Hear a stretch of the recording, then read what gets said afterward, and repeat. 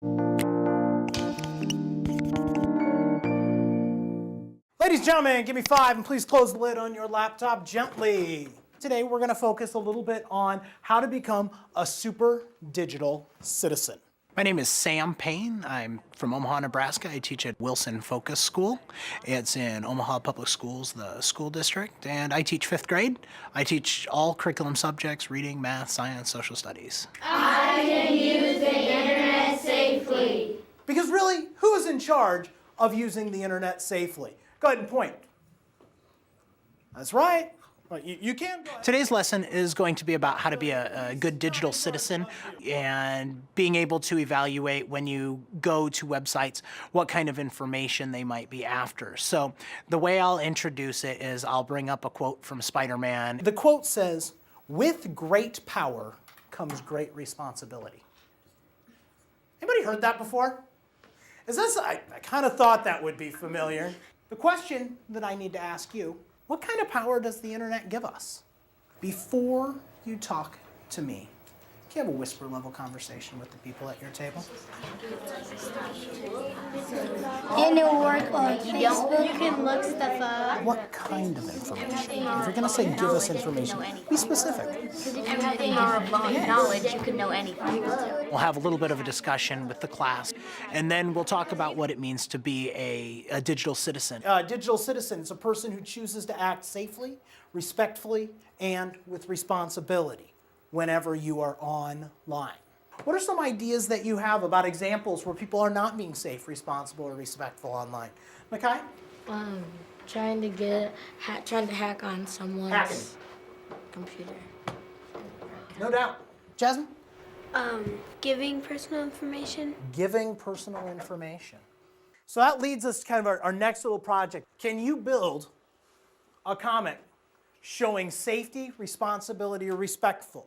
Something where your digital superhero is going to step in and save the day. Now, remember that a superhero is a person who always uses his or her great powers to help people out. Today, we are going to do that. We are going to create a digital citizen superhero. The website that we use allows people to build their own superhero character. The templates are in there. You can pick between one of 3 basic designs, and then you can modify it and customize it all that you want. And the beauty of it is, I can do a lot of changes. And as I model, I kind of give them the idea that, okay, you're going to get more comfortable with this as you go along. Now, I'll take about 5 minutes to actually make my first character, and then I'll turn them loose to do it. You want to build up your character? Sweet. Ooh, that's cute. I would get that. My guy's awesome. He looks really good. You golden? All right. Matching up with English language standards, it's a huge deal in this lesson because the students have to create their own super digital citizen. And then they have to take that and actually put them into an imagined situation.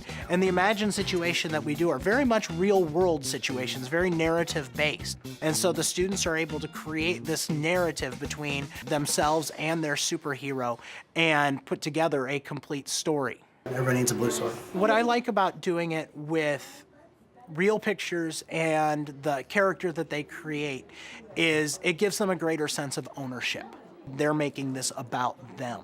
And whenever I can make it be about the students, I like to do that because it makes for a more meaningful activity.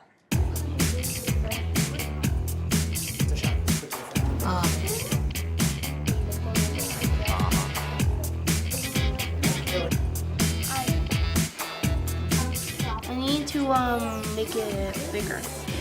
Building comics are a great way to really do a visual presentation of learning and of text. We can use this as a way to teach dialogue because you've got that visual text bubble that pops up in there, and the students have to show that they're communicating with their various characters. Students are able to kind of analyze the situation that they're in and analyze the text structure of the comic book and really build a complete narrative. All right. These look great.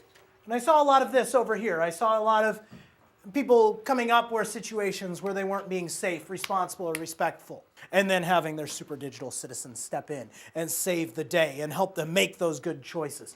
What we're going to do right now is we're going to take what's called a gallery walk, because now you are all artists. There are some rules about the gallery walk that I want you to take care of. You're going to sit down and you're actually going to read what they have to say. And you're going to have to agree with them. You know, was that an example of safety? Was it an issue of responsibility? Was it an issue of respect? Go ahead. Take a walk, see what you can find. It was actually nice going around to see what people's comic was about, because some of them could inspire you on what to do before you do something online, and to be smart and safe about it. Mine was a girl. Her ability was she could stop people from gossiping online. Do I have a volunteer or two who would like to just share theirs? All right, Abuk, what you got? Whoa, I just won a free iPad. All I have to do is put my address. Put on there, buddy. Don't put any personal info online. That is not safe. Like that. I love it. Again, we bring up those issues of safety and responsibility. The bottom line of this is that students are going to be exposed online to all sorts of opportunities. I want them to know that there are choices that they have to make. And it's going to take a super digital citizen in order to make those choices. Who does it take to be a good digital citizen? Y'all. Everybody in here knows how to make those good choices. All right, guys, that was excellent.